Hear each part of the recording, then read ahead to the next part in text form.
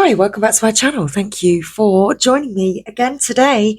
Happy Tuesday, everybody. I do hope you are doing well.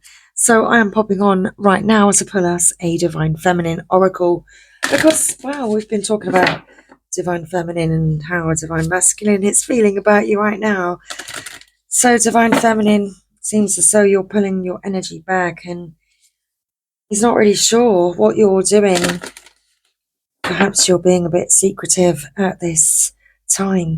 So we're going to take a closer look, another look into your energy at this time, Divine Feminine, get you a card and see what the message is today.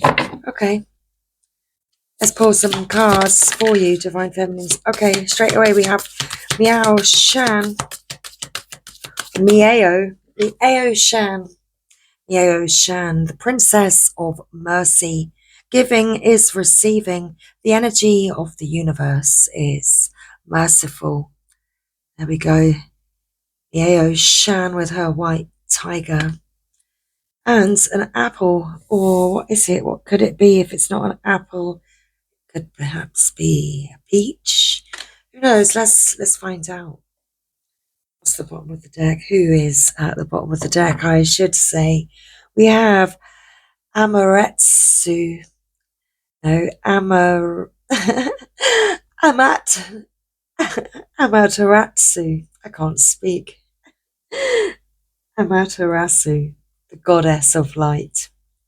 We are all sacred mirrors reflecting back the same light. We are indeed. Okay. So there's a mirroring aspect to this reading. There's a mirroring. And it's like you are giving the Divine Masculine back the energy that perhaps he gave you. Okay. Mirroring.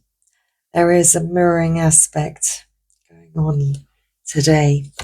Top of the deck, Saraswati, the goddess of self-knowledge. The essence of who I am flows effortlessly into everything I create. You are who you are. Split the deck. Sarada Devi, the Divine Mother. At heart, that's who you are. Unconditional love exists within me. The presence of love is the absence of judgment. No judgment. No judgment here. Okay, so let's begin with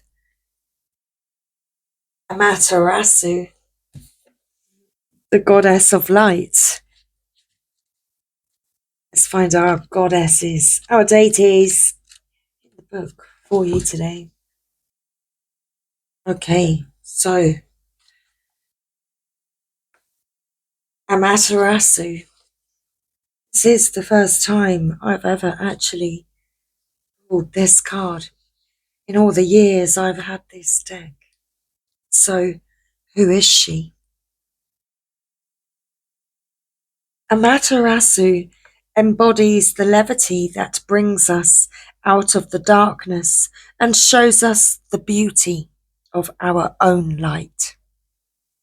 Amaterasu is the most powerful deity in the Shinto religion. She's the solar goddess of Japanese mythology. Her name means shining in heaven. The oldest legends of Amaterasu date back to the 8th century and come from the Kojiki, or the Japanese record of ancient matters. In Shinto, kami are spirits or deities, and the most well-known story of the kami in Shinto is when Amaterasu got in a fight with her brother, Susanoo, god of the storms and of the sea. His violence made Amaterasu so upset and angry, she retreated into a cave, leaving the world in darkness. The kami of merriment placed a mirror outside of her cave and laughed so much Amaterasu became curious.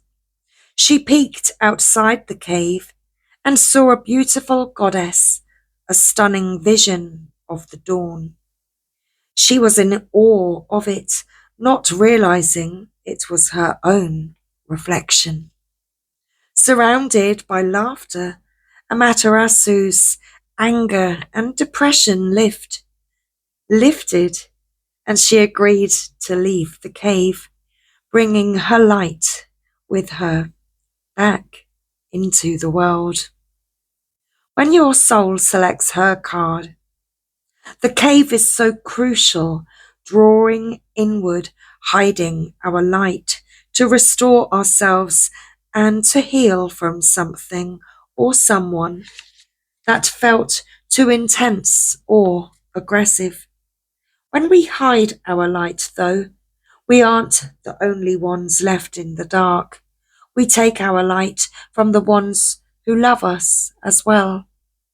The beauty of Amaterasu is that she emerges from the cave out of curiosity, attracted to someone else's joy. That's when she meets with the dawn of her own reflection. She doesn't truly see herself and the beauty of her light until she's drawn out of herself. Amaterasu sees her own light once she becomes curious about seeing the light that's around her in the levity and laughter of the other deities. This is the answer. If we've been too long in retreat, if we've been hiding our light, not out of self-love and a soulful need for restoration, but out of a reaction to someone else's pain, then we draw ourselves out by focusing on the joy of others. Seeing their light allows us to see our own. And sometimes even the solar goddess needs to be inspired or reminded of why she shines so brightly, not just for the sake of her own reflection, but also for all those beloved beings that need her rays of light to remember their own. Sometimes we need the sight of the faces we brighten in order to remember why we are so devoted to finding our way back into the light.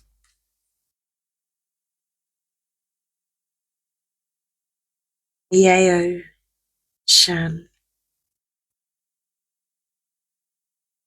the Princess of Mercy.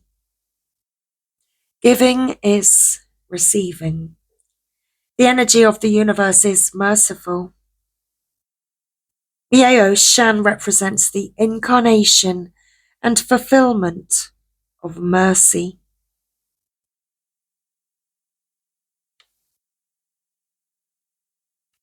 Mercy comes from the old saying, which means exchange. Mercy is the embodiment of compassion. It can feel easy or even natural to have compassion for people who have never harmed us personally. But mercy is having compassion for someone who has. Mercy requires that we give something of ourselves, which is symbolized by Miao Shan giving her eyes and arms to the king. It can feel like a great sacrifice to be so giving toward someone who has given us nothing but suffering. Here's where the magic comes in. The law of the universe is merciful. The more we give, the more we receive. When the king realized the profound act of mercy his daughter bestowed on him, Miao Shan transformed into her true manifestation as the thousand-armed Kuan Yin. Miao Shan is a reminder that giving is the true receiving. When we refuse to release our anger towards someone, we're blocking the flow of the universe within us. We are not harming the person who harmed us by remaining angry. We are keeping ourselves from receiving the love and light that is already ours. So, soul voice, meditation, what can I give mercy to in this moment? Who can I give mercy to in this moment? Intention. Giving is receiving. The intention of the universe is merciful. I hope you found this message helpful this evening, everybody. Much love and thank you once again for joining me. Take care. Bye for now.